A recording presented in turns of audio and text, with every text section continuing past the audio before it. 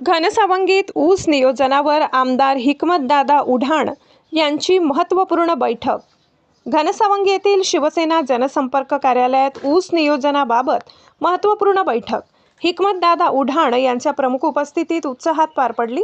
या बैठकीत परिसरातील शेतकऱ्यांच्या ऊस गाळप, प्रलंबित बिलांचा प्रश्न तसेच आगामी हंगामासाठी नियोजनावर सविस्तर चर्चा करण्यात आली। यावेळी बोलताना आमदार उढाण यांनी शेतकऱ्यांचा ऊस वेळेत गाळपासाठी जाईल यासाठी आपण कटिबद्ध असल्याचे स्पष्ट केले। बाहेरील साखर कारखान्यांकडे गेलेल्या शेतकऱ्यांचे प्रलंबित बिल लवकरच मिळणार असून कुणाचा 1 रुपयाही डुबणार नाही अशी ठाम हमी त्यांनी दिली। शेतकऱ्यांनी संयम राखावा असे आवाहन त्यांनी यावेळी केले। तसेच चालू वर्षाच्या तुलनेत पुढील वर्षी आणखी काही ऊस कारखाने उपलब्ध होणार असून अधिक सुयोग्य व नियोजनबद्ध पद्धतीने ऊस व्यवस्थापन करण्यात येईल असेही त्यांनी स्पष्ट केले। बैठकीदरम्यान क्रांतीसूर्य महात्मा ज्योतिबा फुले यांच्या जयंतीनिमित्त त्यांना विनम्र अभिवादन करण्यात आले।